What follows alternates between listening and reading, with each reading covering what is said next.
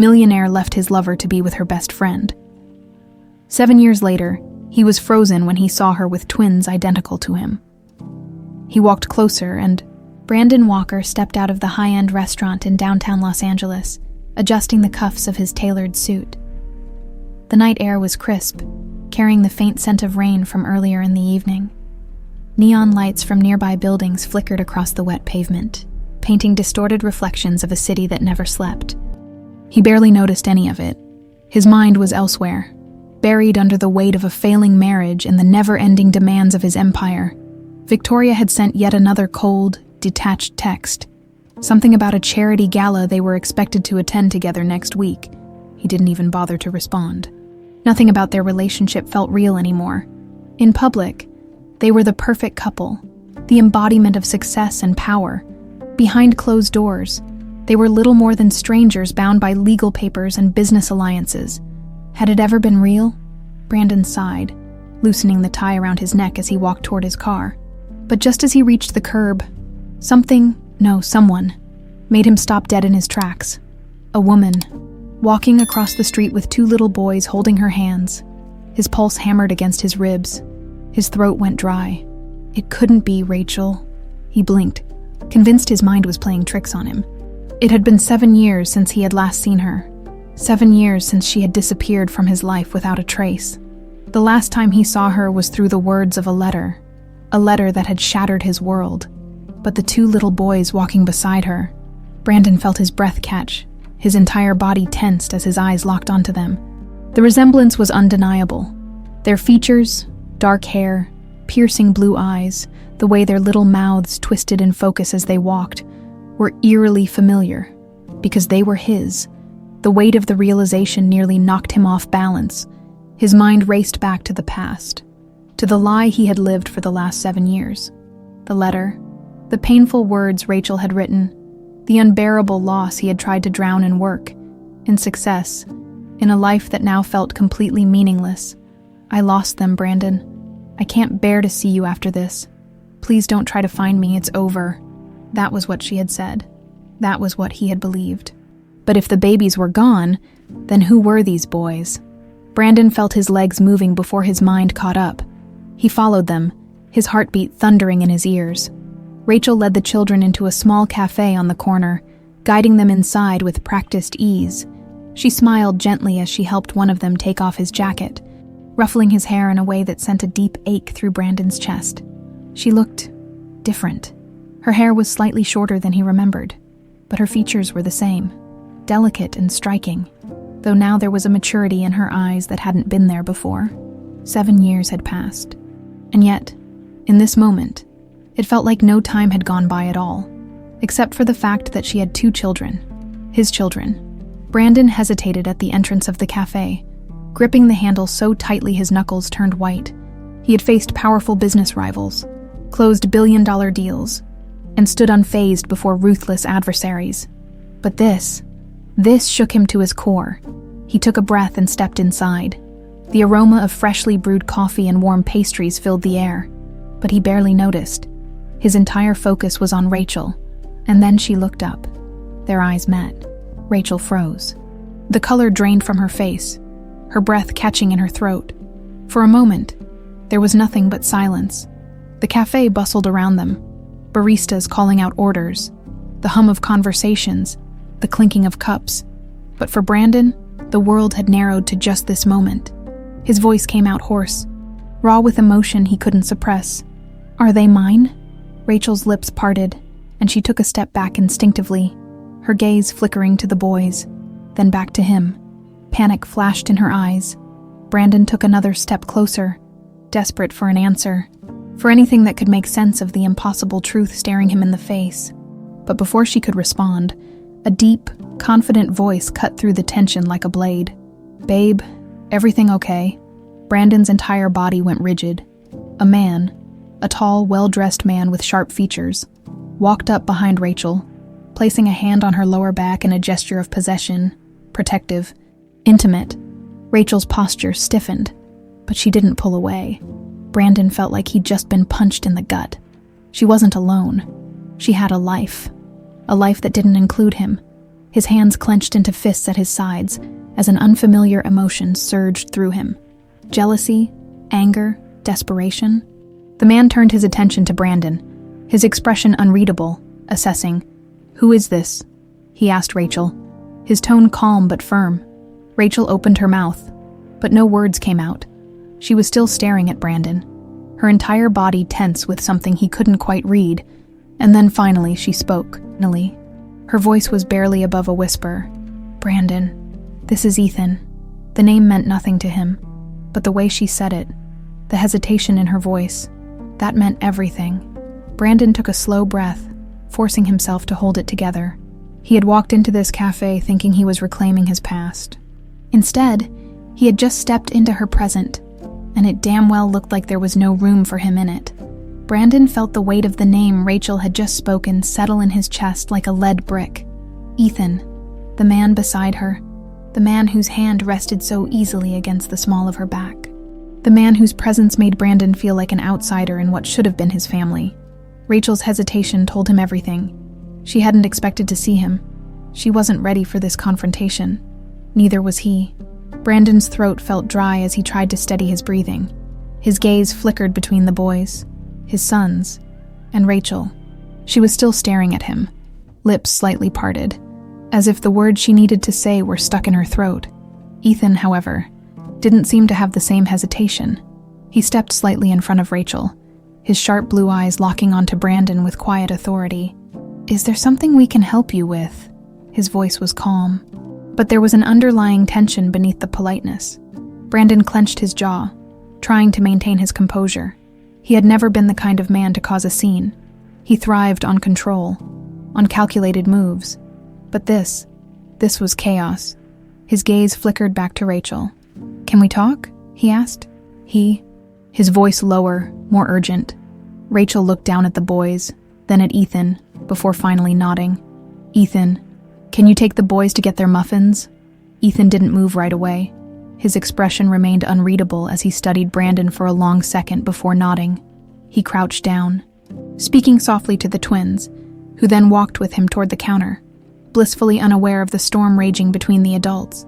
The second they were out of earshot, Rachel exhaled sharply, running a hand through her hair. "Brandon." He took a step closer, his voice almost a whisper. "They're mine." "Aren't they?" Rachel swallowed hard, guilt flashing in her eyes. But then she straightened her shoulders. "Yes." The word knocked the breath out of his lungs.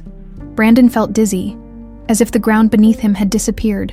He had suspected it the second he saw them, but hearing it was something else entirely. His children were alive. He had 2 sons, 7 years old, and he had missed everything. "You told me you lost them," he said, his voice strained with a mix of pain and anger. Rachel flinched, guilt shadowing her features. "I thought I had," she admitted. "I was told they didn't make it." Brandon's heart pounded. "By who?" Rachel looked away. "The doctor, the hospital." She let out a shaky breath. "Victoria." His blood turned to ice. "Victoria." His voice was a dangerous growl now. Rachel nodded, wrapping her arms around herself as if trying to shield herself from the past. "She came to see me at the hospital. She gave me the letter, the one from you. She said you wanted nothing to do with me after I lost them." Brandon took a step back, his entire world shattering all over again. Victoria, his wife, his own damn wife had orchestrated this. He clenched his fists, the pieces clicking into place, Rachel disappearing without a trace. The cold detachment from Victoria whenever he tried to talk about their loss, the way she had urged him to move on, to forget. She had stolen everything from him. His breath came out uneven. "Rachel, I never wrote that letter." Her eyes snapped up to his, wide with shock. "What? I never wrote you a letter saying I wanted nothing to do with you. I searched for you. I tried to find you, but you were gone. Victoria told me you left the country to heal, that you wanted space, that..." He exhaled sharply, shaking his head. "She lied to both of us." Rachel's hands trembled as she gripped the edge of the table. She was processing the same horror he was. 7 years. 7 years stolen from them. I don't know what to say," she murmured, looking at him with so much emotion that it physically hurt to hold her gaze. I only found out the truth 3 years ago. A nurse from the hospital contacted me. She was the one who told me the twins had survived, that there was a mistake, that—" Her voice cracked, and she looked away, blinking back tears. "It took me years to get them back. The legal battle was hell. And Ethan, he was there for me through all of it." Brandon felt his stomach tighten at the mention of Ethan, but he pushed it aside for now. There were bigger things at play. He exhaled, raking a hand through his hair. "Rachel, I swear to you, I didn't abandon you. If I had known, it doesn't change the past," she whispered. That cut deeper than anything else. Before he could respond, Ethan returned, holding 2 small paper bags in one hand and guiding the twins with the other. "Mom, they were out of chocolate chip, so we got blueberry instead." Rachel wiped her eyes quickly and smiled at her sons. "That's okay, sweetheart." Brandon watched the way she softened around them, the way they looked at her, full of love and trust. And then he felt the loss sink into his bones. He had missed their first steps, their first words, their birthdays, every scraped knee, every bedtime story, every single milestone. Rachel turned back to him, her expression conflicted. "Brandon, let's go, babe," Ethan said gently, his gaze flickering toward Brandon with subtle warning. Rachel hesitated for a long second before nodding. "Yeah, we should go." Brandon clenched his jaw. He wasn't going to let this end here. Not now. "Rachel." His voice was quiet, but it carried weight. She paused, looking at him one last time. "Can I see them again?" Rachel bit her lip. Ethan stiffened. The twins looked up, oblivious to the tension surrounding them. And then, after what felt like an eternity, Rachel finally nodded. "One step at a time," she murmured. It wasn't much, but it was a start. Brandon sat in the dimly lit study of his penthouse, a half-empty glass of whiskey resting on the polished mahogany desk in front of him. The city lights of Los Angeles stretched endlessly beyond the floor-to-ceiling windows, but he wasn't seeing any of it. His mind was on her, Rachel, the boys, his sons. The shock of seeing them still hadn't worn off. Their faces haunted him, their resemblance to him undeniable. 7 years, 7 goddamn years stolen from him. And all because of Victoria. His grip tightened around the glass as his jaw clenched. He had to know, had to see the proof. He had called the best private investigator money could buy, someone he trusted to dig deep. And now, all he could do was wait. A sharp knock on the door shattered the silence. "Come in," he said, his voice rough. The door opened, and Marcus Layton, his investigator, walked in, holding a thick folder, a man in his late 40s. Marcus had a reputation for uncovering the ugliest truths people tried to bury. Brandon didn't waste time. "Tell me everything," Marcus exhaled, placing the folder on the desk before sitting down. His face was grim. "It's worse than you think." Brandon's stomach twisted. "Go on." Marcus opened the folder, flipping through documents, court records, and photos. Victoria orchestrated everything, Brandon. The falsified letter, the medical reports. It was all her. Brandon's breath came out slow and controlled, but rage simmered just beneath the surface. "How?" Marcus tapped a paper. "She paid off Dr. Raymond Carter, the obstetrician who handled Rachel's pregnancy. He was in her pocket, received a hefty sum to tell Rachel that the twins didn't make it." Brandon's blood ran cold. "She paid a doctor to tell the mother of my children that they were dead." Marcus nodded grimly. "That's not all. She also had a nurse, Angela Moreau, switch the birth records, officially. The twins were listed as stillborn. In reality, they were taken from the hospital and placed into a private adoption system, one controlled by Victoria's contacts." Brandon's grip on the desk tightened. "She stole them," Marcus exhaled. "Yes, and she made damn sure neither of you would ever find out. Rachel was devastated, left the hospital in pieces. You, on the other hand," Marcus's gaze darkened. "She made sure you believed Rachel had abandoned you after the loss." Brandon inhaled sharply, his hands shaking with barely contained fury. That's why Victoria had pushed him to move on so quickly. Why she had been so insistent that Rachel was gone for good. Because she had been terrified of the truth coming out. How did Rachel find out? His voice was eerily calm, but his knuckles were white as he gripped the desk. Marcus flipped to another page. 3 years ago, a former nurse, Angela Moreau, contacted Rachel, claiming she had information about the birth. She had kept records of the switch, but had been too scared to come forward earlier.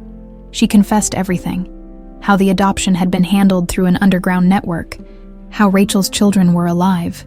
Brandon exhaled harshly, his chest tightening. Rachel had spent years fighting to get them back, and he had been living in ignorance. Marcus continued. It took 2 years of legal battles before Rachel was able to reclaim them. Ethan was her lawyer. He worked pro bono, pushing through every legal loophole Victoria's people had put in place. In the end, Rachel won custody. But by then, well, you were already married to Victoria. Brandon's entire body tensed. Rachel had fought for them alone. Meanwhile, he had been sleeping beside the woman who had destroyed their family. Marcus hesitated before speaking again. Brandon, there's something else. Brandon's eyes flicked up sharply. What? Marcus slid a photo across the desk. It was Victoria, sitting inside a high-end hotel lobby. Across from her was a man in a doctor's coat. Dr. Raymond Carter. The timestamp was 2 nights ago. Brandon's jaw clenched. She's tying up loose ends. Marcus nodded. I wouldn't be surprised if the doctor suddenly disappeared or had a convenient accident. She knows the truth is coming out, and she's trying to cover her tracks. Brandon pushed back from his desk, standing abruptly.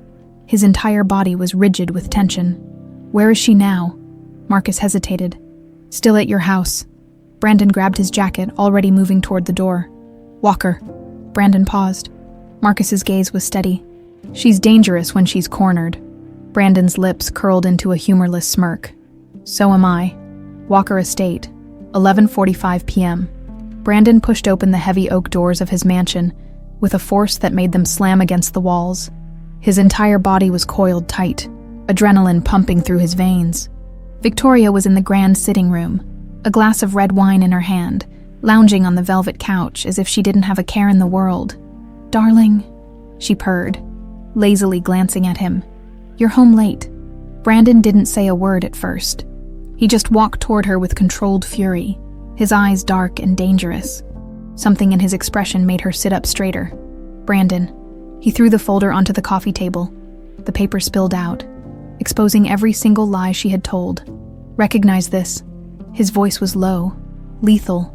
Victoria's eyes flickered to the documents, and for the first time, her mask of cool detachment cracked. You stole my children! Brandon's voice was like thunder now, raw and sharp. You made Rachel believe they were dead. You stole 7 years from me. Victoria's breath hitched, but she quickly recovered, setting her wine glass down with a forced smile. Brandon, listen. No. His voice cut through the air like a blade. You listen. He leaned in, his fury ice cold and controlled now. I am going to expose you for the monster you are. Everything you've built, your reputation, your power, your money, it's all going to come crashing down. Victoria's lips parted, but no words came out for the first time in her life. She had no control over the situation. Brandon took a step back, his voice deadly calm. Enjoy your last night of freedom, Victoria. And with that, he turned on his heel and walked away. Victoria, for the first time ever, looked truly afraid. Victoria Walker had always prided herself on being in control. Control over her image, control over her marriage, control over the empire she had carefully woven around Brandon. But now, as she sat alone in the dimly lit living room of their grand estate, staring at the damning documents Brandon had thrown at her feet, she felt something foreign creeping into her veins. Panic. She had underestimated him. She had known, of course, that the truth was bound to catch up with her eventually. Loose ends always had a way of unraveling, but she had assumed, no, counted on, Brandon never truly looking back. She had believed he was too busy, too distracted, too hardened to dig into the past. She had been wrong. Footsteps echoed down the hall, firm and unyielding. Victoria swallowed hard, schooling her expression just as Brandon reappeared in the doorway. But this wasn't the calm, detached businessman she had manipulated for years. No, this was a man out for blood. He stopped a few feet away, arms crossed over his broad chest, his stance tense with barely restrained fury. His piercing blue eyes locked onto hers, cold and unreadable. For the first time in her life, Victoria felt small in front of him. Nothing to say. Brandon's voice was dangerously low. controlled. But the storm brewing beneath it was unmistakable. Victoria inhaled slowly, masking her fear with an indifferent smirk. I don't know what ridiculous conspiracy you think you've uncovered, but... Brandon moved so fast that her breath caught in her throat. In an instant, he was towering over her, gripping the arms of the chair she sat in, caging her in. His voice was a whispered growl when he spoke next. Don't lie to me. A shiver ran down her spine. His face was inches from hers, his usually collected demeanor completely shattered. The raw, unforgiving rage in his eyes made it painfully clear. This wasn't just about betrayal. It was about his children. You stole my sons from me. His voice was barely above a whisper, but it carried the weight of 7 years of lost time. You made Rachel believe they were dead. You made me believe she left me. Victoria swallowed, feeling her mask slip for the first time. Brandon, his jaw clenched. I trusted you. She flinched. She had expected fury. She had expected threats. But the undeniable hurt laced in his voice. That was something she wasn't prepared for. His gaze darkened as he straightened, putting some distance between them. I built my life around a lie because of you. Do you have any idea what that means? Victoria hesitated, her mind racing. Shut up. Her breath hitched. Brandon never raised his voice. Ever. Until now. You spent years making me believe Rachel abandoned me, he continued, his voice sharper than a blade. You convinced me to marry you while knowing that my sons were out there, growing up without me. You stole my family, Victoria. She forced herself to keep her tone steady. I did what I had to do. Brandon let out a humorless laugh, shaking his head. You did what you had to do. Are you even listening to yourself? Her fingers tightened around the edge of the chair. Rachel wasn't good for you. Brandon. She was weak. Say her name again, and I swear. He exhaled sharply, running a hand through his hair, trying to contain the rage burning inside him. Victoria shifted, regaining some of her composure. Fine, she said, voice carefully neutral. You found out, so what now? Brandon's eyes flashed. You're going to pay for this. She tilted her head, forcing a smirk. Be careful with threats, darling. I'm still your wife. His lips curled into something that wasn't quite a smile. Not for long. Victoria stiffened. Brandon stepped back, but his gaze never wavered. I've already filed for divorce, he said, voice laced with finality. Everything you stole from me, I'm taking it back. She felt the air leave her lungs. You wouldn't. Watch me. Her carefully constructed world cracked at the edges. She had spent years solidifying her place by Brandon's side, securing a life of luxury, of power. Without him, without his name, his wealth. What was she? Her heartbeat pounded as she pushed to her feet, masking her fear with cold fury. You think you can just walk away, that you can erase me like I never existed. Brandon's expression didn't change. I'm not erasing you, Victoria. He paused, his voice turning ice cold. I'm making sure you never have the power to hurt anyone again. For the first time, real fear flickered in her eyes. Brandon turned toward the door. You have until tomorrow morning to pack your things and leave. Victoria's heart pounded. And if I don't? He stopped, glancing at her over his shoulder. Then I make sure the world knows exactly who you are and what you've done. She clenched her jaw. You think you can take me down, Brandon? He let out a slow, cold exhale. I think you already did that to yourself. And with that, he walked out. Victoria stood frozen, the weight of her crumbling empire crashing down around her. For the first time in her life, she had lost. Brandon sat in his car outside Rachel's apartment, gripping the steering wheel so tightly that his knuckles turned white. The truth burned inside him like a raging fire, a fury that refused to be contained. Victoria had stolen everything from him, his children, his future, his happiness, and Rachel. She had lived through hell alone. He exhaled sharply, trying to steady himself. How do you tell someone that the worst moment of their life was a lie? That the pain they carried for years, the grief that defined them, was nothing more than the result of a cruel manipulation? The thought made his stomach turn. He had spent years hating her absence, thinking she had chosen to leave, that she hadn't wanted him. Now, knowing the truth, the guilt was unbearable. She had been suffering, and he had let her go. Brandon ran a hand over his face before stepping out of the car. It was time. He climbed the steps of her brownstone apartment, his heart pounding against his ribs. The sun had just begun to set, casting a golden hue over the city, but he barely noticed. All he could think about was Rachel. He knocked. Seconds stretched into eternity before the door finally opened. Rachel stood there, her brown eyes widening slightly at the sight of him.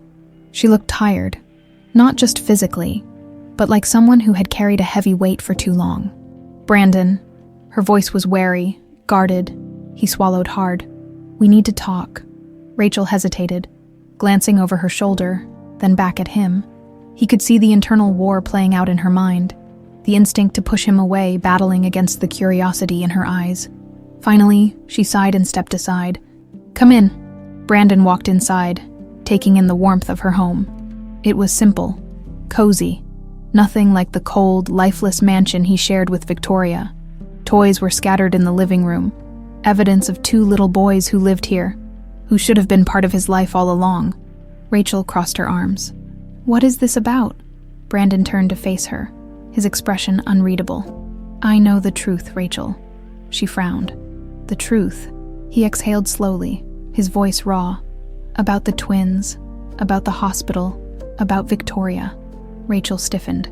Brandon reached into his jacket and pulled out the folder Marcus had given him. He placed it on the small coffee table in front of her. "It's all in here, proof, documents, witness statements." His voice softened. "You were lied to, Rachel. We both were." Rachel didn't move. She just stared at the folder as if it held a ghost from her past. Then, slowly, she sat down, her fingers trembling as she flipped through the pages. Brandon watched as her face went pale, her breathing becoming unsteady. When she reached the part about the nurse's confession, her hands clenched into fists. I already knew some of this," she whispered. "But Victoria, she swallowed hard, blinking rapidly. She forged the letter." Brandon nodded. "I never wrote those words, Rachel. I never turned my back on you." Rachel's eyes met his, filled with unspeakable pain. "I thought you left me," she choked out. Brandon's jaw tightened. "I thought you left me too." Silence hung between them, heavy with 7 years of lost time. Rachel inhaled sharply, pushing the folder away. "None of this changes what happened," she murmured. "I still spent years fighting for them alone. She hesitated. "I still built a life without you, Brandon." He flinched but nodded. "I know, and I'll never be able to change that, but Rachel," his voice dropped, thick with emotion. "I want to be in their lives. I need to be in their lives." Rachel exhaled slowly. "I don't know if that's a good idea." Brandon's heart stopped. He took a careful step closer. "Why?" Rachel hesitated, then shook her head. "They don't know you, Brandon. They have a life here. Stability. And Ethan." She stopped abruptly, as if realizing she had said too much. Brandon's stomach twisted. "Ethan." Rachel looked away. "He's been there since the beginning. He fought with me. He loves them." Brandon felt like someone had punched him in the gut. "Do they call him Dad?" Rachel's silence was answer enough. Brandon took a step back, running a hand over his face. He had spent years mourning something that wasn't even real, only to find that someone else had filled his place. Rachel bit her lip. "Brandon, I need to think about this.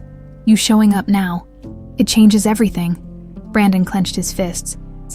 He wanted to fight, to demand what was his. But Rachel was right. He couldn't just walk in and rewrite history. "I understand," he said finally, his voice strained. "But I'm not going anywhere. They're my sons, and I'm going to be in their lives, whether you're ready or not." Rachel's eyes darkened. "This isn't just about what you want, Brandon." "No," he agreed. "It's about what they deserve." A long silence stretched between them before Rachel finally exhaled. "I'll talk to them, but I'm not making any promises." Brandon nodded. It was a start. He turned toward the door, but before he could leave, Rachel spoke again. "Brandon." He turned.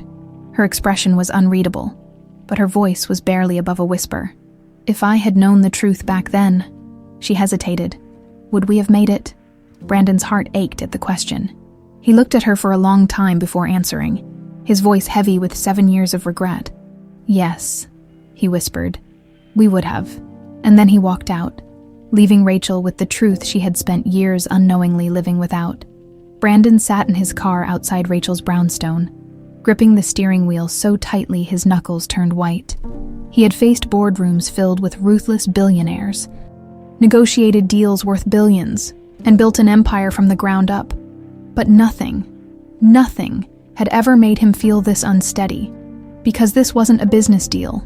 This was about his sons. He exhaled sharply, running a hand through his hair.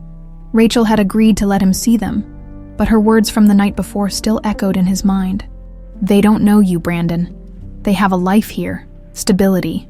It wasn't just about proving himself to Rachel. He had to prove himself to them. A knock on the window startled him. He turned to see Rachel standing outside, arms crossed, watching him carefully. Taking a deep breath, he stepped out of the car. "You're early," she said, arching an eyebrow. Brandon managed a small smirk. "Didn't want to be late for my first day on the job." Rachel's expression softened slightly, but the caution in her eyes remained.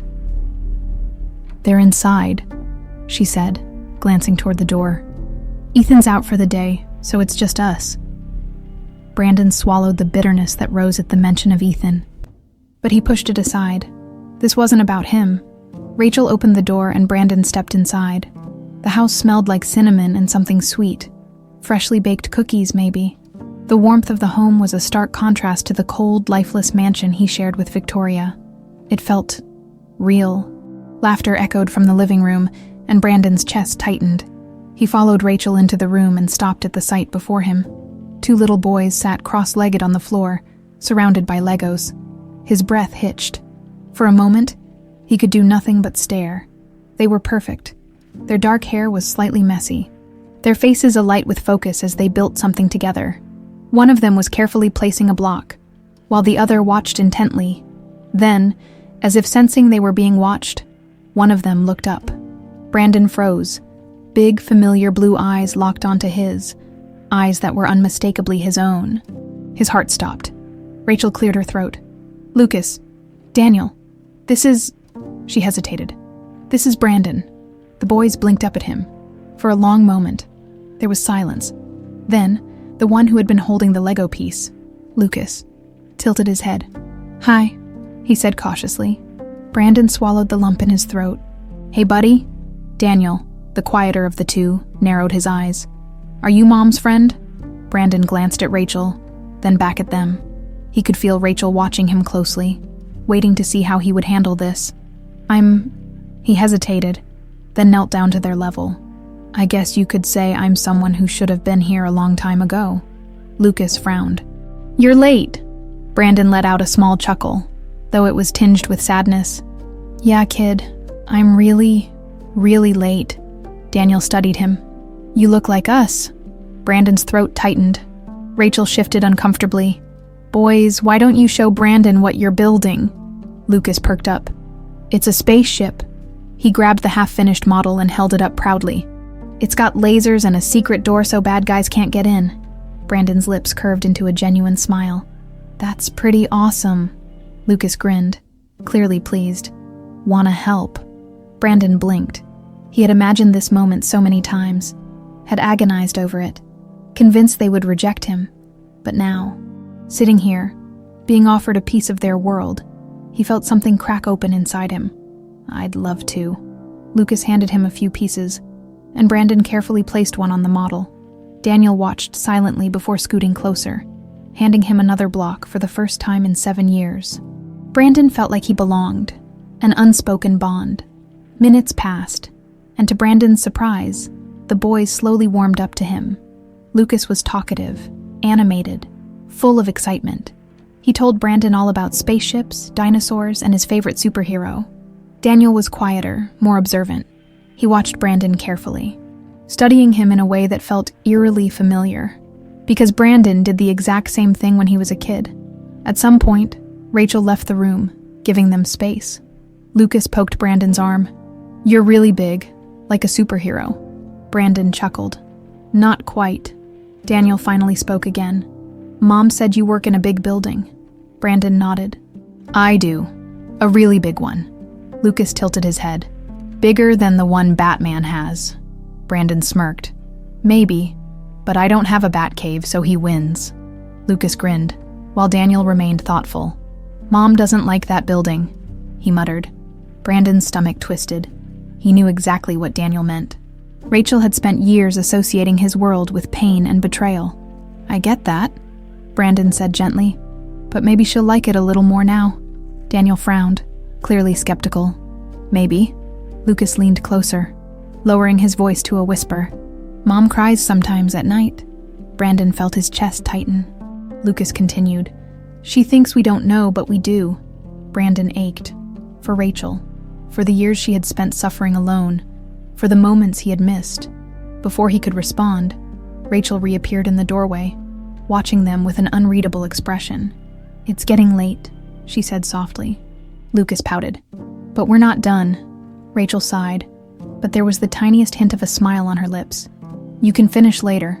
Brandon hesitated, then turned to the boys. How about I come back, and we finish it together? Lucas's face lit up. For real. Brandon nodded. For real. Lucas grinned. Okay. Daniel didn't say anything at first, but after a long pause, he gave a small nod. Brandon swallowed past the lump in his throat. It wasn't much, but it was a start. Rachel walked him to the door. As he stepped outside, he turned to her, his voice low. Thank you for this. Rachel hesitated, then nodded. One step at a time, Brandon.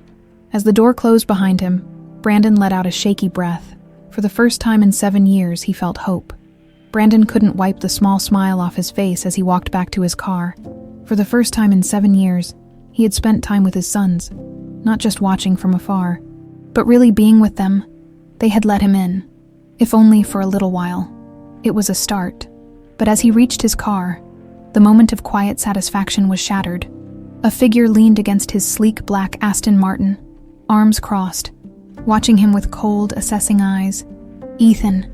Brandon slowed his steps, his jaw tightening as he took in the man who had, for all intents and purposes, taken his place. Ethan was dressed casually in jeans and a fitted button-down, but there was nothing casual about his stance. It was the stance of a man standing his ground. Brandon let out a slow breath before speaking. You're in my way, Ethan smirked, pushing off the car. That's funny. I was just about to say the same thing to you. Brandon resisted the urge to roll his eyes. If you have something to say it. Ethan's smirk faded, replaced by a sharp, unreadable expression. I know what you're doing. Brandon arched an eyebrow. Oh, enlighten me. You're trying to insert yourself back into Rachel's life, into their lives, like you belong here, like you weren't gone for 7 years. Ethan's voice was calm, but the steel beneath it was unmistakable. Brandon's temper flared, but he kept his voice even. I wasn't gone, Ethan. I was kept away. There's a difference, Ethan scoffed. And now, suddenly, you expect everyone to just accept you, to let you waltz back in and play dad like nothing happened. Brandon took a slow step forward, his voice dropping. I am their father. Ethan didn't back down.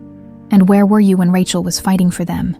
When she was exhausted, crying herself to sleep, wondering if she'd ever see them again? Where were you when she was in court, when she needed someone to stand by her? His eyes burned with quiet fury. I was there, Brandon. Me, not you. Brandon felt something deep and ugly twist in his chest. Ethan had been there. For Rachel. For his sons. The thought made his blood boil. Not just in anger, but in guilt. He should have been there, but he hadn't even known. Brandon inhaled sharply. I didn't have the chance to be there, but I do now, and I'm not going to walk away. Ethan's jaw clenched. You think this is a game? You think you can just claim them like a business deal and everything will fall into place? Brandon's eyes darkened. I don't play games when it comes to my sons. For a long moment, they just stared at each other, the tension thick and suffocating. Then Ethan let out a humorless laugh, shaking his head. You know what? Fine. Let's see how this plays out. He took a step back, but his voice was laced with warning. But hear me, Walker. If you hurt them, if you disappoint them in any way, I'll be the first to make sure you never come near them again. Brandon's expression remained unreadable. You don't need to worry about that. I'm not going anywhere. Ethan studied him for a moment longer, then nodded slowly, as if accepting the inevitable battle ahead. And just like that, he walked past Brandon, toward Rachel's apartment, slipping inside like he belonged there. Brandon exhaled, his jaw clenching. The message was loud and clear. Ethan wasn't just Rachel's lawyer. He wasn't just a friend. He was a man in love with her, and he wasn't stepping aside without a fight. Lines drawn. Brandon didn't sleep that night. He sat in his office staring out at the city skyline, replaying the conversation with Ethan over and over in his mind. The truth was, Ethan had every reason to hate him. Rachel's life had fallen apart, and Ethan had been the one to pick up the pieces. He had been there through the worst of it. He had fought for her, supported her, and, most painfully, he had earned her trust. Brandon hadn't. Not yet. But that didn't mean he wouldn't. The next morning, he made his way back to Rachel's apartment. He didn't need an invitation. She had said he could see the twins again, and he intended to. When Rachel opened the door, her eyes widened slightly. "You're early," Brandon smirked. "That's the second time you've said that," she sighed, stepping aside to let him in. "The boys are still getting dressed." Brandon nodded, stepping into the warm space that was slowly becoming familiar. His eyes flickered to the framed photos on the wall, memories he had never been a part of, and then his gaze landed on one in particular. Rachel, standing in a park, laughing, with Ethan. Something inside him twisted painfully. Rachel followed his gaze, her expression unreadable. "He's been in their lives since the beginning," she said softly. "He's family to them." Brandon exhaled slowly. "And to you?" Rachel's breath hitched. She hesitated. And in that hesitation, Brandon saw it. The uncertainty. The flicker of something she hadn't fully confronted yet. Finally, she looked away. "I need to check on the boys." Brandon watched as she disappeared down the hall, her answer left unsaid. He clenched his fists. This wasn't just about proving himself to his sons. This was about Rachel too. And he wasn't about to let Ethan be the one to win her over. Because whether she admitted it or not, she still belonged with him. Victoria Walker was not a woman who accepted defeat. As she sat in the sleek, modern penthouse suite of the Rosewood Hotel, she swirled the deep red wine in her glass, her perfectly manicured nails tapping against the crystal. The city skyline stretched before her, glittering and alive, but all she could see was the mess Brandon had left her in. She had built a life at his side, controlled the narrative, ensured that no other woman would ever take what was hers. And now, he was throwing her away, divorcing her, cutting her out like she was nothing. Her lips curled into a bitter smile as she took a slow sip of wine. "Oh, Brandon, you underestimated me." A soft knock at the door pulled her from her thoughts. She set her glass down and adjusted the silk robe draped over her shoulders, before rising to answer. When she opened the door, a tall man in an expensive suit stood there, his expression cold and businesslike. "Did you bring what I asked for?" she purred, stepping aside to let him in. The man nodded, placing a thick envelope on the table. "Everything is in there. Bank records, court filings, and..." He hesitated before continuing. "The adoption paperwork." Victoria's smile widened as she picked up the envelope and slid out a set of neatly typed documents. The legal proof that Rachel's adoption of the twins had been sealed under special circumstances, and more importantly, proof that it could be challenged. "You're sure about this?" the man asked. Watching her closely, Victoria's eyes gleamed. "Oh, I'm more than sure." She traced her fingers over the paper, already imagining the chaos she was about to unleash. "Brandon thinks he's won," she mused, her voice smooth and venomous. "That he can just walk away, that he can have his perfect little family." Her grip on the documents tightened. "But I'm going to make sure he loses everything." A sudden threat Rachel sighed as she carried the last of the folded laundry to the twins' room. The past week had been a whirlwind. Brandon had started coming around more, spending time with Lucas and Daniel. She wouldn't admit it out loud, but it was affecting her. Seeing him with them, the way he wanted to be part of their lives, was stirring something inside her she wasn't ready to face. But there was still Ethan, still the life she had built, and she wasn't about to throw it all away because of a man who had once broken her heart, even if it hadn't been his fault. She was deep in thought when the doorbell rang. Frowning, she wiped her hands on her jeans and headed for the door. The second she opened it, her stomach dropped. Victoria Walker stood on her doorstep, dressed in an elegant navy blue dress, her blonde hair styled to perfection. She looked as if she had stepped out of a fashion magazine. Polished, poised, and utterly venomous, Rachel's first instinct was to slam the door in her face. But Victoria's smug smile told her she was expecting that reaction. "Hello, Rachel," she said smoothly, tilting her head. "Aren't you going to invite me in?" Rachel crossed her arms. "Get off my property." Victoria's smile didn't waver. "Oh, darling, I don't think you'll want to do that." She pulled an envelope from her designer purse and held it up. "Because if you do, you'll never see your children again." Rachel's blood ran cold. "What the hell is this?" she demanded, snatching the envelope from Victoria's hand. "Just a little legal complication," Victoria said casually, stepping past Rachel and into the house.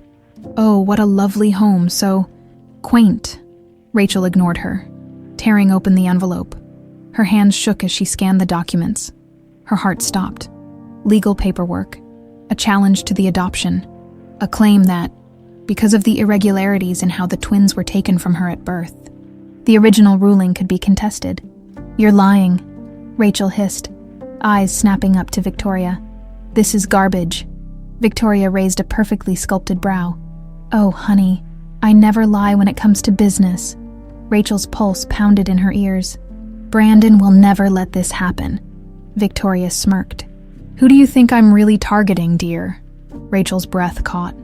Victoria stepped closer, lowering her voice to a silk-covered threat.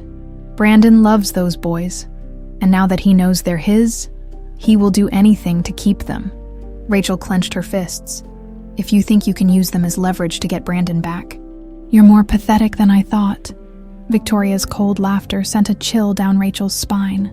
"Oh, I don't want Brandon back, sweetheart. I want him ruined." Rachel's heart slammed against her ribs. Victoria's gaze sharpened. "I can take this to court and drag you through hell. I have the money, the power, and the best lawyers in the country." She smiled, a predator baring its teeth. "And when I'm done, either Brandon will have full custody," she tilted her head, "or I'll make sure neither of you do." Rachel's stomach turned. She had fought for years to get her boys back. She wasn't about to let this woman take them away. Taking a shaky breath, she squared her shoulders. "Get out." Victoria sighed dramatically. "So rude, but I expected no less." She turned to leave, but then she glanced over her shoulder. "Enjoy your time with them, Rachel," she said lightly, "because soon it might just be your last." With that, she strolled out the door, leaving Rachel gripping the paper so tightly her knuckles turned white. For a long time, she just stood there, her mind racing. Then, without hesitation, she grabbed her phone and dialed. Brandon answered after one ring. "Rachel," her voice shook. "It's Victoria," she whispered. "She's trying to take them away from me." There was silence on the other end. Then, Brandon's voice, low and deadly. "Over my dead body." Brandon sat in his office, gripping his phone so tightly he thought it might shatter. Rachel's voice still echoed in his ears, filled with panic and desperation. "It's Victoria. She's trying to take them away from me." Rage coiled in his chest. Cold and suffocating, of course. She was. Victoria had never known when to quit. She had stolen 7 years from him, manipulated him into a loveless marriage, and now she was coming for his children, not on his watch. Brandon pushed back from his desk, already dialing Marcus Layton's number. The investigator picked up almost immediately. "I need you to find out everything Victoria is doing," Brandon ordered. "Every lawyer she's contacted, every move she's made." Marcus sighed. "Brandon, I was about to call you. It's worse than you think." Brandon's grip on the phone tightened. "Tell me," Marcus hesitated. "She's not just trying to challenge the adoption. She's trying to prove Rachel is an unfit mother." Brandon's breath left him in a slow, controlled exhale. What the hell is she using? She's digging into Rachel's past, looking for anything. Financial struggles, medical history, even psychological evaluations from when she was fighting for custody of the twins. She's twisting everything to make it look like Rachel is unstable.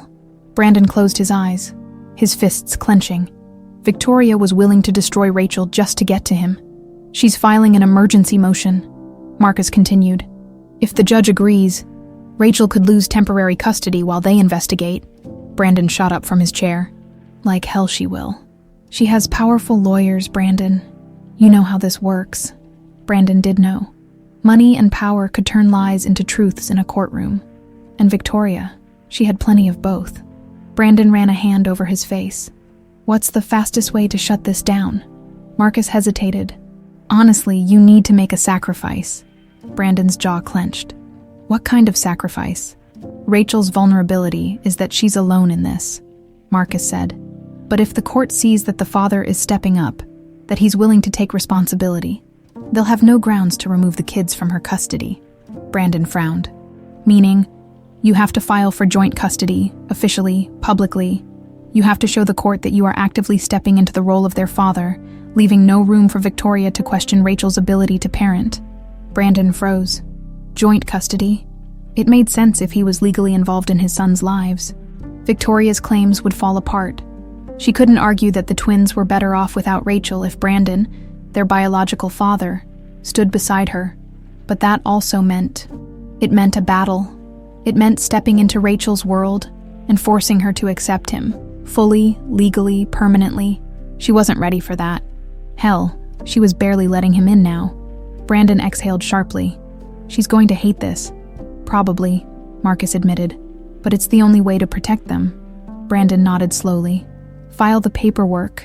The breaking point, Rachel paced her living room, her hands trembling as she clutched her phone. The fear in her chest was suffocating. Victoria had power, money, connections, and Rachel knew firsthand how easy it was for the legal system to be twisted. Her babies. She couldn't lose them. A sharp knock at the door made her jump. She rushed to open it, her breath catching when she saw Brandon standing there, his expression hard and determined. "You need to pack a bag," he said. Rachel blinked. "What?" "You and the twins. You're coming with me." Rachel stared at him.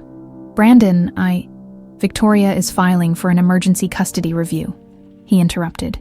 "If she wins, they could take the boys away temporarily while they investigate. I'm not letting that happen." Rachel's stomach dropped. Brandon took a deep breath. "I filed for joint custody." The words hit like a freight train. Rachel's head snapped up. "You did what?" Brandon held her gaze. "It was the only way to shut Victoria down before she gains any ground. The court isn't going to separate them from their biological parents if we both stand together." Rachel's pulse pounded. "You didn't even talk to me about this." "There wasn't time," Brandon said, his voice sharp. "And I wasn't going to risk waiting while Victoria plays dirty." Rachel stepped back, her arms wrapping around herself. "Brandon, this isn't just about winning. This is about my children, my life. You just forced me into something I wasn't ready for." Brandon exhaled, pinching the bridge of his nose. "I know, Rachel. I know. But what choice did I have?" Her chest rose and fell rapidly. "Do you have any idea how hard I fought for them? What I went through? And now you—" Her voice cracked. "You just come in and claim them like a business deal." Brandon flinched. "This isn't about a claim," he said quietly. "This is about protecting them. Protecting you." Rachel looked away, her throat tight. This wasn't how she wanted it. She wasn't ready for this. But deep down, she knew he was right. She inhaled sharply. "What now?" Brandon's jaw tightened. "We move. Now, if Victoria's people show up with court orders, I don't want them anywhere near the twins. We go somewhere safe. Somewhere she can't touch you." Rachel hesitated, then nodded. Brandon's shoulders relaxed slightly. "Good. Pack whatever you need. I'll take care of the rest." Rachel turned toward the twins' room. But Brandon caught her wrist gently. She looked up, startled by the intensity in his gaze. "I'm not trying to take them from you," he said, his voice low, raw. "I just want to be their father." Rachel swallowed hard. "I know." Brandon released her hand, stepping back. "Then let me help you." Rachel didn't reply. Instead, she turned and walked away, her heart pounding, because for the first time, she wasn't sure if she was fighting Brandon or falling for him all over again. Victoria Walker had always believed that money and power could buy her way out of anything. It had worked for years. Until now, she sat in her luxury suite at the Rosewood Hotel, a glass of whiskey untouched on the table beside her. The city lights glittered beyond the window, but she wasn't admiring the view. Her hands trembled as she scrolled through the news alerts on her phone. Walker Enterprises CO files for joint custody and legal battle against estranged wife. Her jaw clenched. Brandon had moved faster than she expected. She thought he would fight, thought he would struggle against the legal web she had spun. But instead, he had done the one thing she hadn't predicted. He had gone all in. With Brandon filing for joint custody, her entire strategy had collapsed overnight. She couldn't claim Rachel was an unfit mother when the biological father was standing beside her, demanding his parental rights. The courts would never strip custody from both parents unless there was overwhelming evidence. Evidence she didn't have, Victoria had lost before the battle had even begun. Her fingers curled around the whiskey glass, her breath unsteady. This wasn't how it was supposed to end. A sharp knock at the door made her look up. She took a deep breath, steeling herself before crossing the room and opening it. A tall, severe-looking man in an expensive suit stepped inside without waiting for an invitation. His expression was cold, professional. "It's over," he said flatly. Victoria's nails dug into her palm. "Don't be dramatic," he exhaled, looking at her like she was a lost cause. "Brandon's legal team just submitted the paperwork. The judge won't even entertain your petition now that he's filed for custody. If you keep pushing this, all you'll do is waste money and embarrass yourself." Victoria forced a smile. "I have more money than time." The lawyer shook his head. "Not for long." Something in his tone made her spine stiffen. "What do you mean?" "Walker Enterprises has launched an internal investigation into your financial dealings. Brandon isn't just divorcing you, he's cutting you off entirely." The room spun. That couldn't be right. Brandon was angry. Yes, furious even. But he wouldn't destroy her, would he? Her lawyer continued, his voice sharp. "He's already frozen the joint accounts. Your credit cards. Canceled. Any assets tied to Walker Enterprises. Seized. You have whatever is in your personal accounts, and after the divorce settlement, that might not be much." Victoria's chest tightened. Brandon wasn't just leaving her. He was erasing her. She swallowed hard. "I need time. I can fix this." The lawyer scoffed. "You don't have time, Victoria. The moment that joint custody paperwork hit the system, you became irrelevant. No judge will listen to your claims now. And without Brandon's money, you're finished." She felt like she was drowning. For so long, she had controlled the game. She had manipulated, schemed, won. And now, in the blink of an eye, she was nothing. The lawyer grabbed his briefcase. "My advice, drop the case and settle the divorce before Brandon decides to come after you for fraud." Victoria's throat burned with unshed tears. This couldn't be happening. She wouldn't let it. As the door closed behind him, she stared at her reflection in the massive window. She still had one card to play. Brandon thought she was out, but she wasn't done yet. Rachel barely had time to breathe before the next battle arrived. She and the twins had barely settled into Brandon's estate, a temporary arrangement. As she kept reminding herself, when her phone rang, it was Marcus Layton. Rachel hesitated before answering. What now? Marcus didn't waste time. Victoria's making a move. She's trying to blackmail Brandon into giving her money in exchange for dropping everything. Rachel's grip on the phone tightened. What kind of blackmail? A deal. She walks away quietly if he gives her a settlement beyond the divorce agreement. If he refuses, she's threatening to go public with information that could damage his reputation. Rachel's stomach twisted. What kind of information? There was a pause. Then Marcus said, "You." Rachel's blood ran cold. She's planning to leak documents, emails, anything she can spin to make it look like you and Brandon had an affair while he was married to her. She's hoping the media will latch onto it and turn you into the villain. Rachel closed her eyes, willing herself to stay calm. And what's Brandon going to do? There was a short chuckle on the other end of the line. He told her to go to hell. Rachel let out a shaky breath. Of course he did, but that didn't mean Victoria would stop. She would come for them with everything she had. Rachel turned, glancing toward the living room where the twins were curled up on the couch, watching cartoons. Brandon sat nearby, his eyes flickering between them and his phone as he fielded calls from his lawyers. He looked tired. No, not just tired. Not just weary. Rachel's heart twisted. He had already sacrificed so much to protect them. Maybe it was time she did the same. Taking a deep breath, she walked over to him. "We need to talk." Brandon looked up, his expression softening when he saw her. "Everything okay?" Rachel hesitated before sitting down beside him. I want to make her stop. Brandon sighed, rubbing the back of his neck. Rachel, I know what you're going to say, she interrupted. That it's not my problem, that you'll handle it. But Brandon, she swallowed, this isn't just about you anymore. It's about all of us. His jaw tensed. What are you suggesting? Rachel exhaled slowly. I'll go public first. Brandon froze. She continued, her voice firm. Before Victoria has the chance to twist anything, we tell the truth. We put out a statement. On our terms. We don't let her control the narrative. Brandon's eyes searched hers. Are you sure? Rachel nodded. If this is a fight, I want to stand beside you, not behind you. Brandon was silent for a long moment. Then something shifted in his gaze. He reached out, gently taking her hand in his. For the first time in years, there was no hesitation, no doubt, just them. Okay, he murmured. Let's end this. Rachel squeezed his hand, her heart pounding, because for the first time, she wasn't just fighting for Brandon, she was fighting with him. And together, Victoria didn't stand a chance. Victoria Walker was out of options. For the first time in her life, the power she wielded so effortlessly was slipping through her fingers. Brandon had played his move brilliantly, filing for joint custody before she could challenge Rachel's rights. The courts wouldn't entertain her claims now. The money she once controlled was dwindling, her influence fading, her empire crumbling.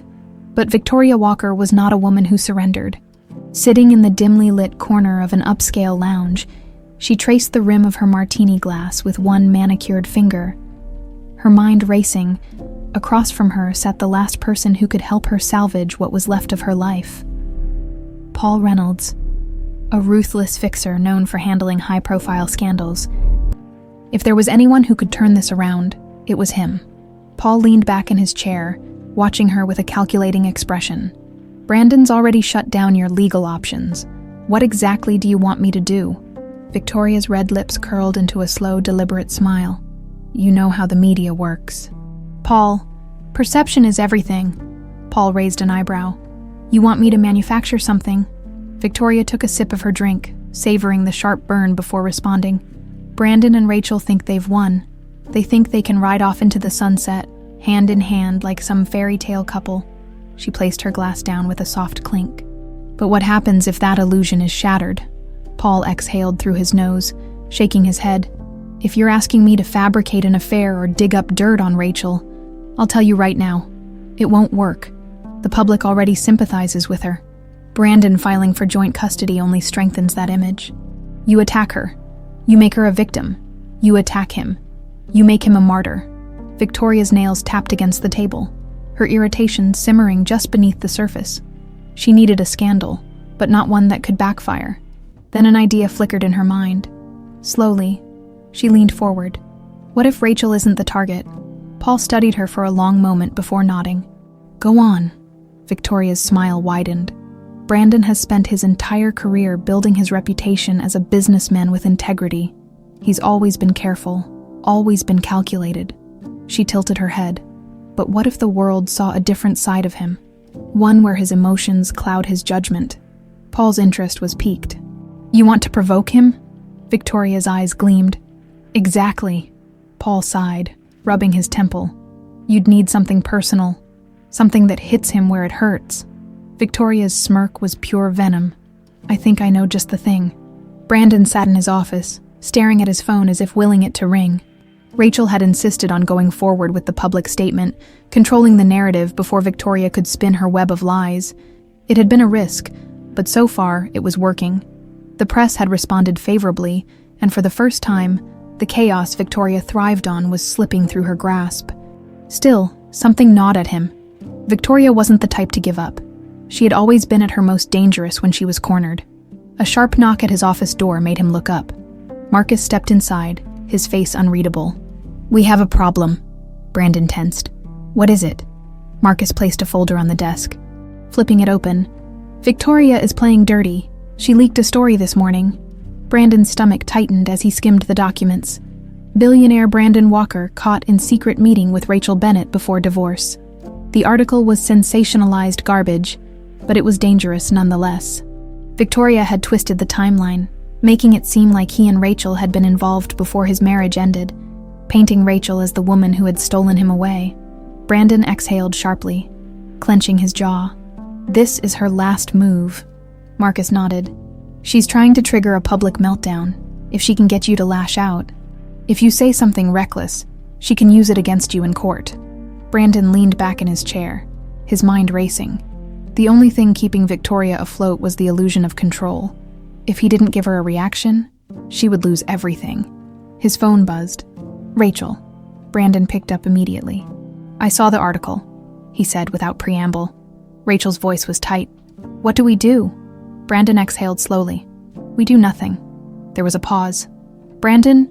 She wants me to snap, he said firmly. She's desperate. If we give her nothing, she loses. It's over. Rachel hesitated, then sighed. Are you sure? Brandon's voice softened. Trust me. Victoria paced her hotel room, the tension in her chest growing with every passing hour. The story was spreading, but Brandon wasn't reacting. No public statements, no outbursts, nothing. She threw her phone onto the bed, her hands shaking. This was supposed to work. He was supposed to be furious, supposed to make a mistake, but he wasn't taking the bait. A knock at the door made her whirl around. She stormed across the room, yanking it open. A man in a dark suit stood there, his expression unreadable. Her father's lawyer. Victoria's stomach dropped. Mrs. Walker, the man said, stepping inside without waiting for an invitation. Your father has made a decision. Victoria's heart pounded. What are you talking about? The lawyer adjusted his tie. Your father has been made aware of the situation, your financial instability, the legal troubles. His gaze was cold. He has decided to revoke all remaining financial support. Victoria staggered back. No, she whispered. He wouldn't. He already has. The lawyer handed her an envelope. You have 30 days to vacate the properties he owns. After that, you're on your own. Victoria's vision blurred. Her father had always protected her, always ensured she landed on her feet. But now, she was alone. The lawyer gave her a curt nod. Good luck, Mrs. Walker. As the door clicked shut behind him, Victoria sank onto the bed, her body trembling. Everything was gone. Brandon, the money, her power. She had played every card, made every move, and still, she had lost. A sob broke from her lips as the crushing weight of reality finally settled on her shoulders. For the first time in her life, Victoria Walker had no one left to save her. Brandon sat in his office, staring at the city skyline as the late afternoon sun dipped below the horizon. The past few days had been a whirlwind. Legal battles, media attacks, and the slow but steady dismantling of Victoria's empire. And yet, as much as he wanted to revel in her downfall, he couldn't shake the weight pressing against his chest. This wasn't just about winning. It was about putting everything behind him. He had spent 7 years trapped in a life he never wanted, believing in lies that had cost him the most important things in the world, Rachel and his children. Now, finally, the war was over. His phone buzzed on the desk, snapping him from his thoughts. Marcus, Brandon answered. Tell me it's done. Marcus exhaled. She's finished. The lawyers confirmed it. Victoria officially dropped her custody challenge this morning. The judge dismissed the case entirely. Rachel and the twins are safe. Brandon let out a slow breath, relief washing over him. And the divorce. Finalized by the end of the week. Brandon nodded, gripping the edge of his desk. Good.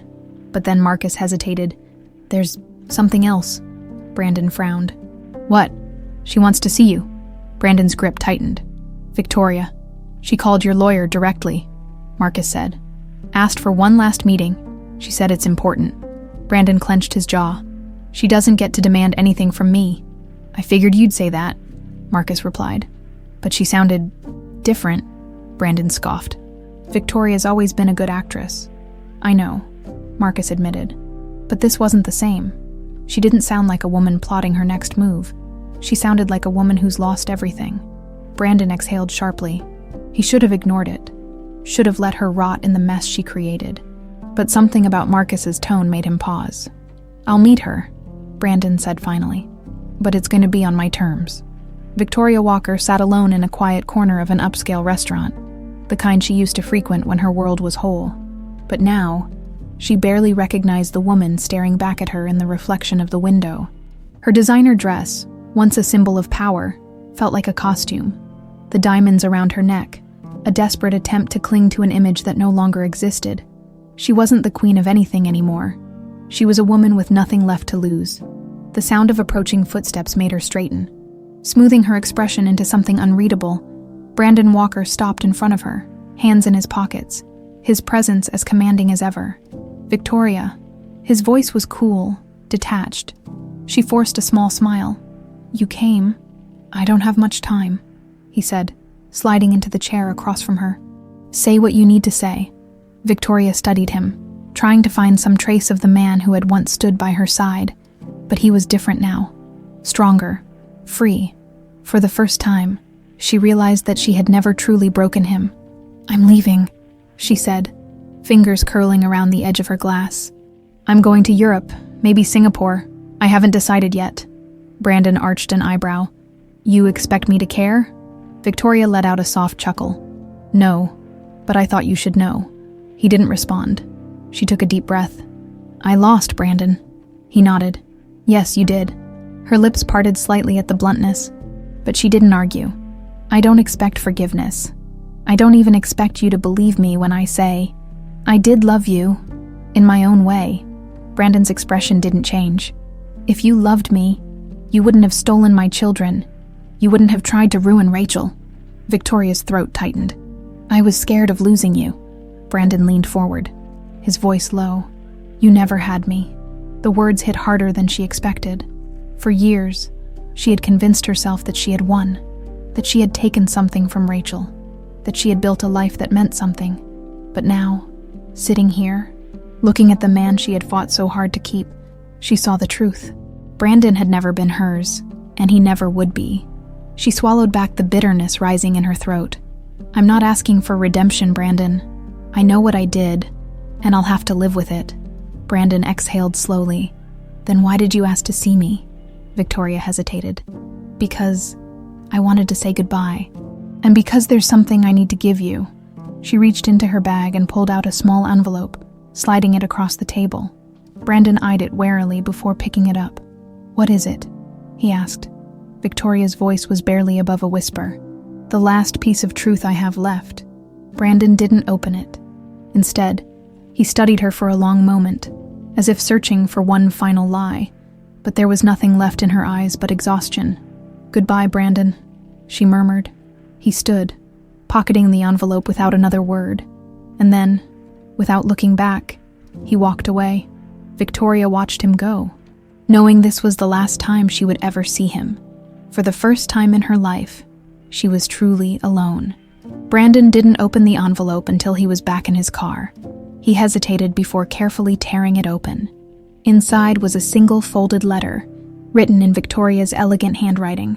His eyes scanned the words, his breath catching as he read, "Brandon, you may never believe me, but I need you to know one thing. I wasn't the only one involved. I had help. There was someone else pulling the strings. Someone who wanted Rachel out of the picture just as much as I did. Your father." Brandon's entire body went still. His hands tightened around the letter, his pulse thundering in his ears. His father, the man who had pushed him into a life of power, who had always disapproved of Rachel, the man who had once told him that love was a weakness. Brandon's vision blurred with rage. Victoria had been a monster. Yes, but she had never been the mastermind. His own father had helped orchestrate the biggest betrayal of his life. Brandon exhaled sharply, folding the letter with precise, controlled movements. This wasn't over, not yet. He had won against Victoria. But now, he had another enemy to face. Brandon Walker sat in the back of his car, the letter from Victoria still clutched in his hands. He had read it 3 times now, each word sinking deeper into his chest like a knife twisting between his ribs. His father, the man who had built Walker Enterprises from the ground up, the man who had taught him everything about power, control, and strategy, the man who had always warned him that love was a weakness. He had been involved. Brandon inhaled slowly, forcing himself to stay calm, but his hands shook as he folded the letter back into the envelope. He had spent years blaming Victoria, believing that she alone had orchestrated his downfall. But it had never been just her. His father had wanted Rachel gone, and he had helped make it happen. Brandon clenched his jaw, his voice tight as he spoke to his driver. "Take me to my father's estate now." The driver hesitated only a moment before nodding. "Yes, sir." The car pulled away from the curb, weaving through the city streets as Brandon forced himself to control the storm brewing inside him. He had spent his entire life trusting his father, trying to live up to the impossible standards the man had set. And now, all of it, the respect, the admiration, the blind loyalty, felt like a joke. The drive to the Walker estate felt longer than usual. By the time they arrived, Brandon barely waited for the car to stop before pushing open the door and striding toward the grand entrance. The butler barely had time to react before Brandon pushed past him, his footsteps echoing against the marble floors. His father sat in his usual spot in the study, a glass of whiskey in hand, eyes flicking up from a financial report as Brandon stormed in.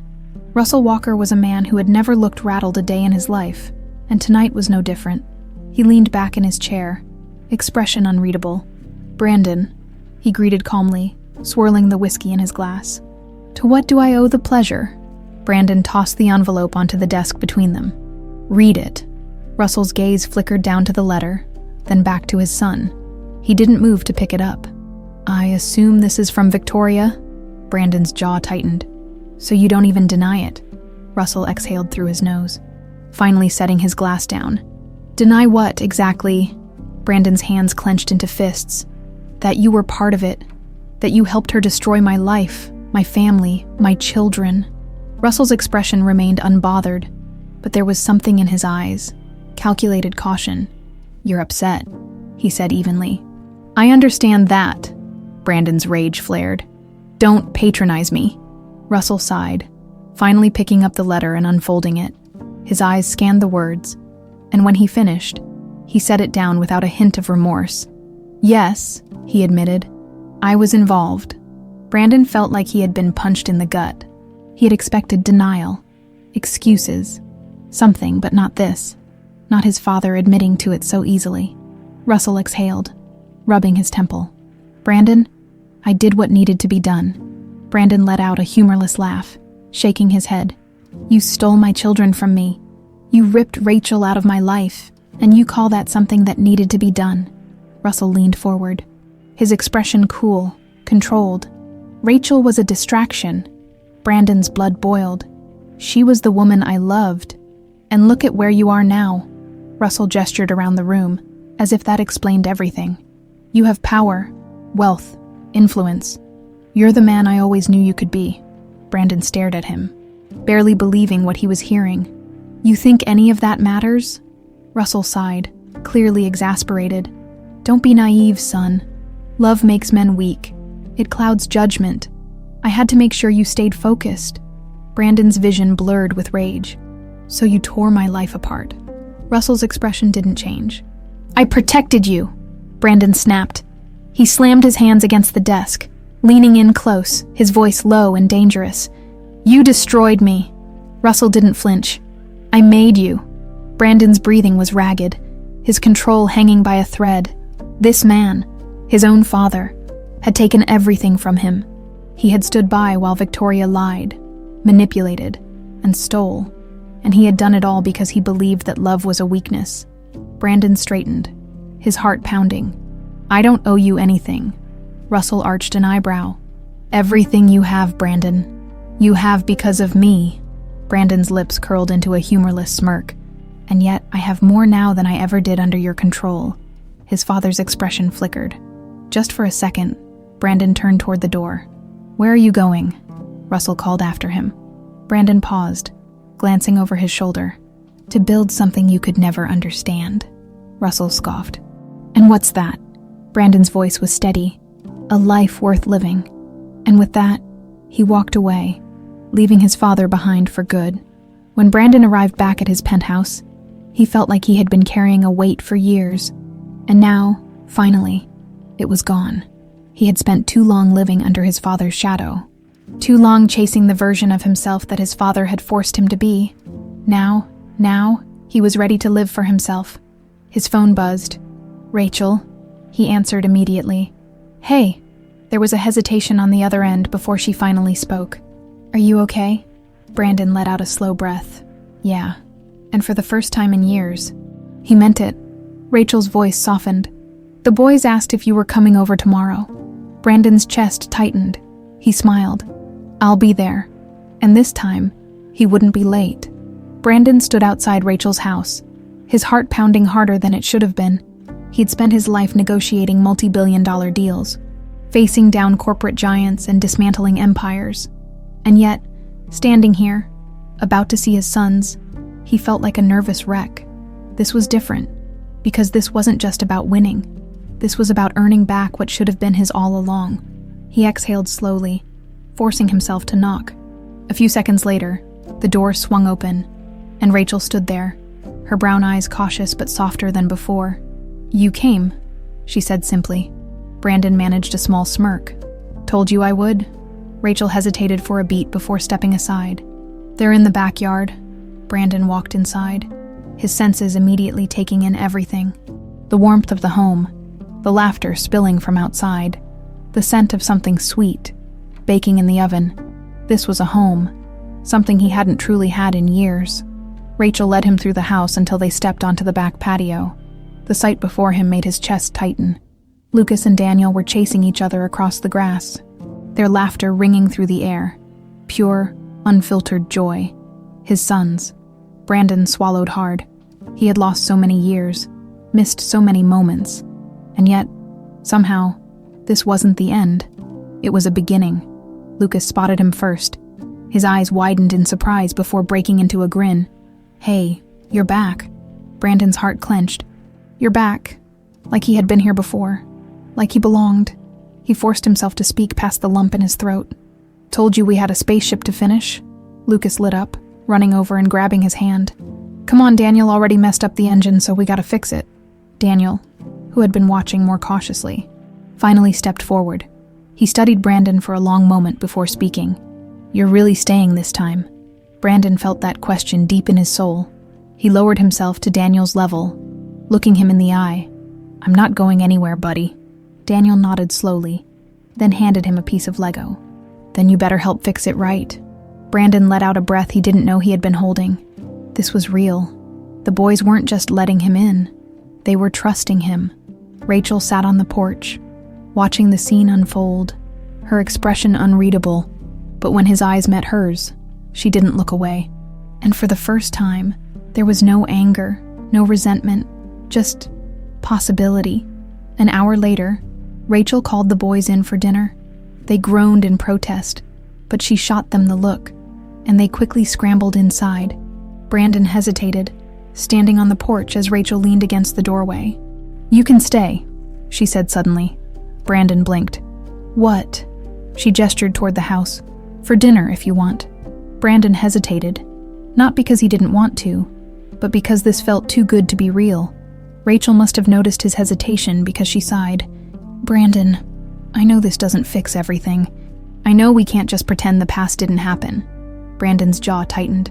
I wouldn't expect you to. She nodded. But the boys need you, and whether I like it or not, I need to get used to you being around. Brandon searched her face, looking for any trace of doubt, but there was none. Only a woman who had spent years fighting alone, and was finally letting herself accept that she didn't have to anymore. I'd like that, he said softly. Rachel nodded before disappearing inside. Brandon exhaled slowly before following her. For the first time in a long time, he wasn't stepping into a boardroom or a battlefield. He was stepping into something far more important. A family. Dinner was chaotic. Lucas talked non-stop, filling Brandon in on everything. His favorite superheroes, the latest game he wanted, how Daniel cheated at hide-and-seek. Daniel, though quieter, observed Brandon carefully, as if still deciding how he felt. Rachel barely spoke, but every now and then, her eyes met Brandon's, and something unspoken passed between them. When dinner ended, the boys were still buzzing with energy. Lucas ran over, grabbing Brandon's sleeve. Can you read us a story? Brandon hesitated. Rachel watched silently, letting the moment play out. Daniel crossed his arms. Mom does the voices. Brandon smirked. Oh yeah, think I can do them better. Lucas gasped dramatically. Challenge accepted. Brandon chuckled, letting them drag him toward the couch. Rachel lingered by the doorway, watching as Brandon settled between them, a book in his hands. As he started reading, voices and all, something inside her shifted. She had spent years believing she had to protect the boys from Brandon, that letting him in would only lead to more heartbreak.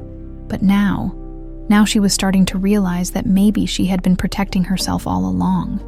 Later that night, when the boys were finally asleep, Rachel walked Brandon to the door. The silence between them was heavy, filled with things neither of them knew how to say. Finally, she spoke. "They like you." Brandon exhaled, rubbing the back of his neck. "I like them too." Rachel nodded. "I don't know where this goes from here, but I think we're okay." Brandon studied her carefully. "Okay is a good place to start." Rachel hesitated before giving him the smallest smile. And in that moment, for the first time since everything had fallen apart, Brandon saw something in her eyes he hadn't seen in years. Hope. Brandon hadn't been able to get Rachel out of his mind since that night. It wasn't just the way she had watched him with the boys, or the way she had slowly started to let her guard down. It was the way something between them had shifted, something that had once been broken but was now cautiously being pieced back together. He had told her that okay was a good place to start, but deep down, he knew that wasn't enough. Not for him, not for what he felt for her. So when he pulled up outside Rachel's house, gripping the steering wheel a little too tightly, he knew this wasn't just another visit. This was the moment where everything changed. Taking a deep breath, he stepped out of the car and knocked. Rachel opened the door, blinking in surprise. "You're early," Brandon smirked. "That's the third time you've said that." Rachel sighed, stepping aside to let him in. "You showing up before the boys even get home from school isn't exactly normal." Brandon ran a hand through his hair. "I needed to talk to you." Something in his tone made Rachel still. She studied him carefully before nodding toward the kitchen. "Okay, let's talk."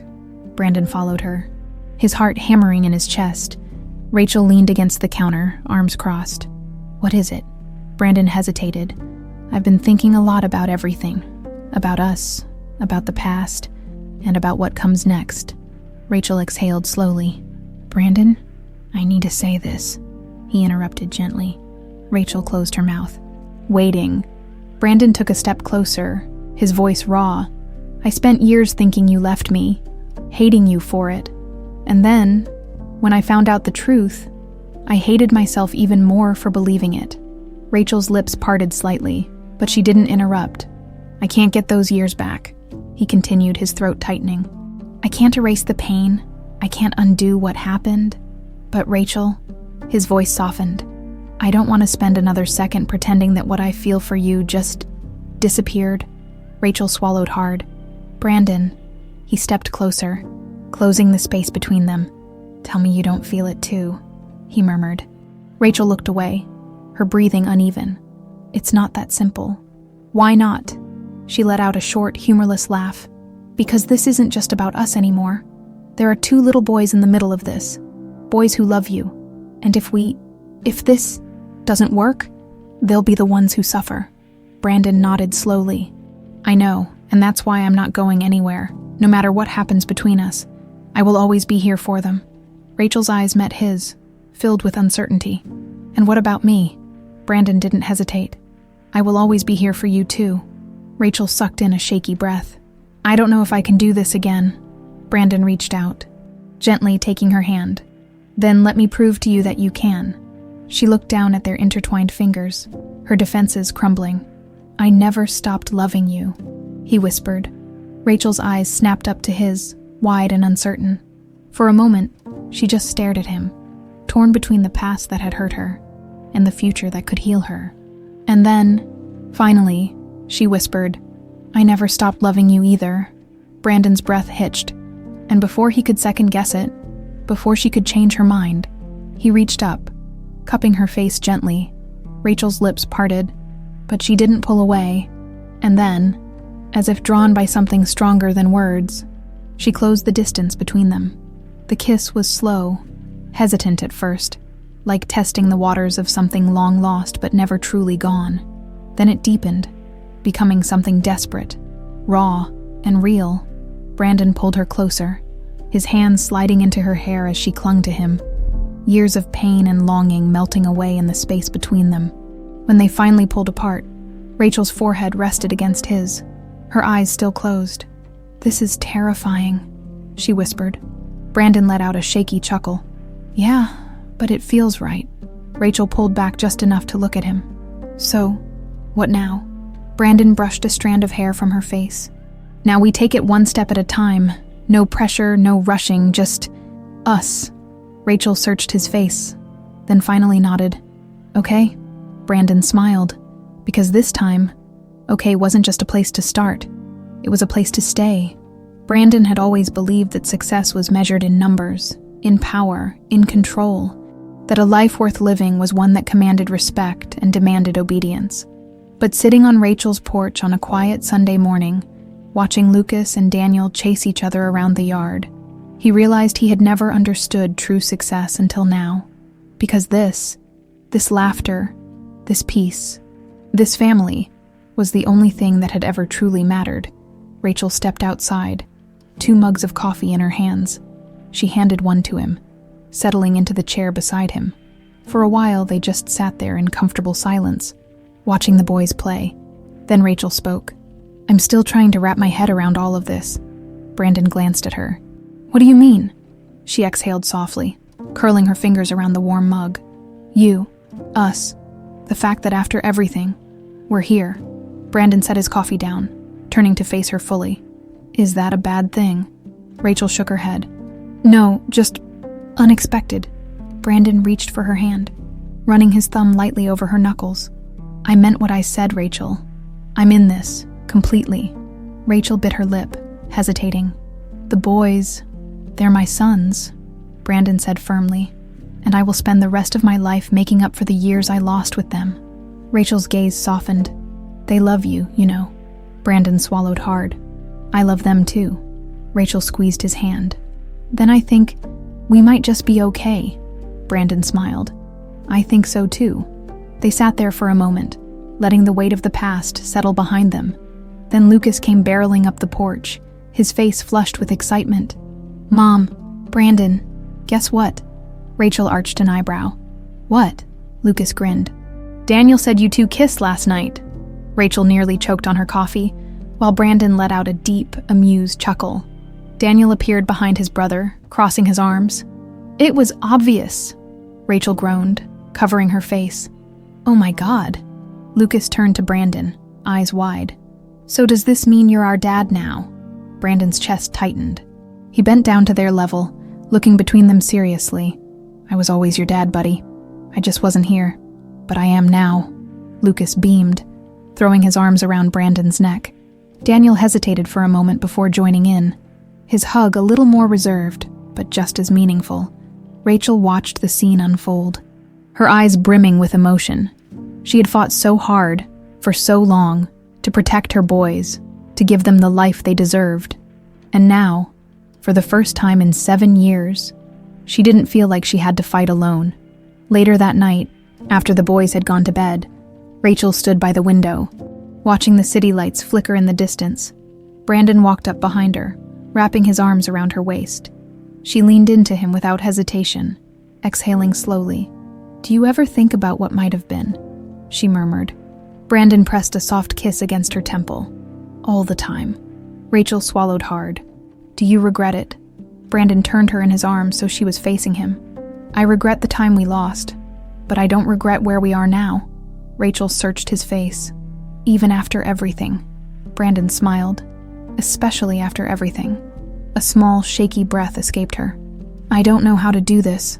Brandon cupped her face, his thumbs brushing gently against her cheekbones. "Then let's figure it out together." Rachel let out a soft laugh. "You make it sound so easy." Brandon smirked. "It's not, but the best things never are."